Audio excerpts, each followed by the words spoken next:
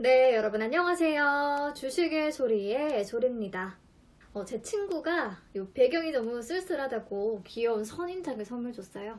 이제부터 요 친구와 늘 함께 해볼까 합니다. 네, 우리 지난 시간까지 동시효과에 대해서 이론적으로 확실히 공부를 해봤는데요. 근데 실제 주문을 낼 때 어떻게 해야 하는지, 왜 내 주문은 자꾸 체결이 안 되는지 궁금해하는 분들이 많으셔서 주문 방법 간단히 알아보고요. 동시효과 진짜로 마무리할게요.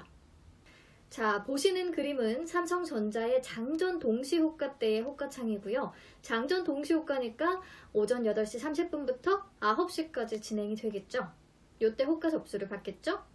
근데 중요한 거, 호가창은요, 오전 8시 40분부터 공개가 됩니다. 30분에, 왜 호가창 안 나오지? 내 MTS 막 잘못된 거 아니야? 시스템 문제 생긴 거 아니야? 하시면 안 돼요.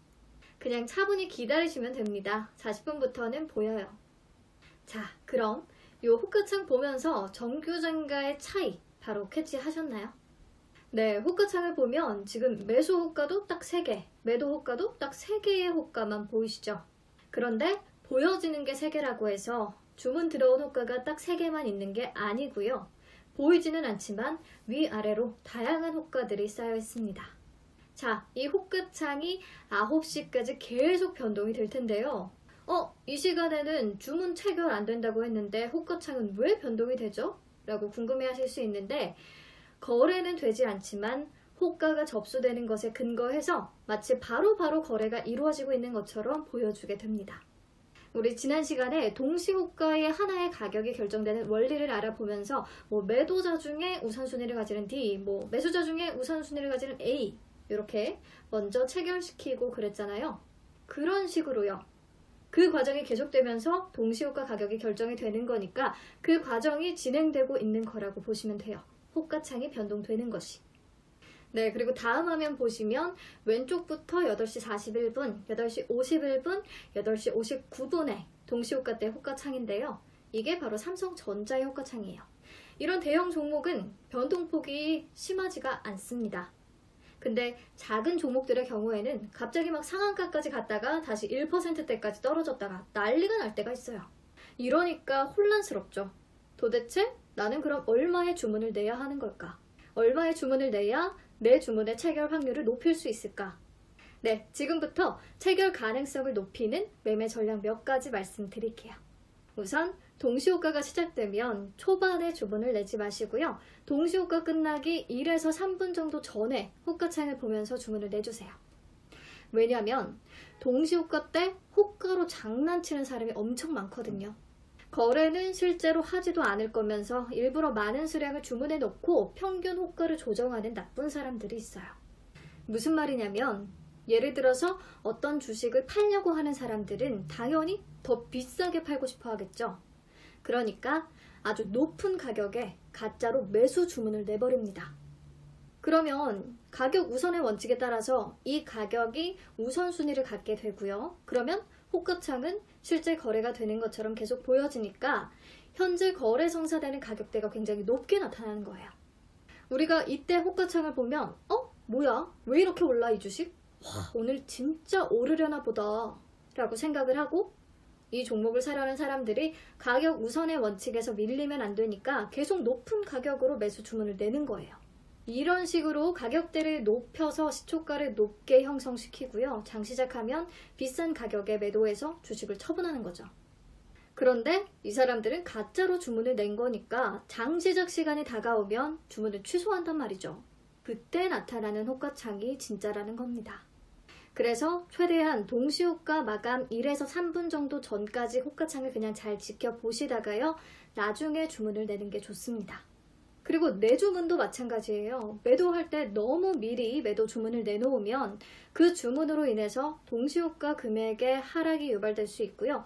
매수할 때는 미리 큰 주문을 걸어놓으면 동시호가 가격을 상승시켜서 싸게 살 수 있는 것을 비싸게 사야 하는 경우가 생기니까요.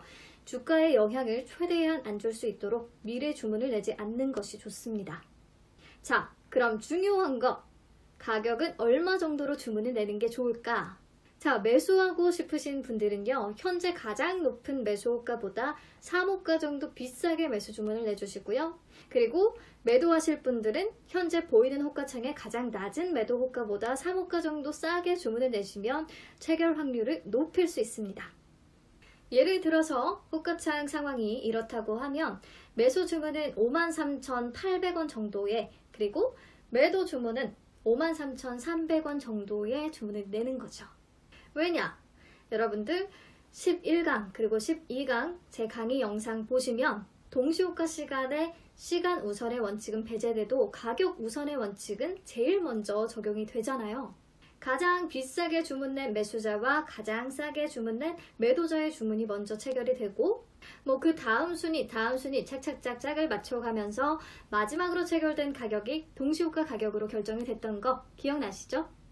그러니까 비싸게 주문을 했다고 해서 그 가격에 바로 체결이 되는 것이 아니고요.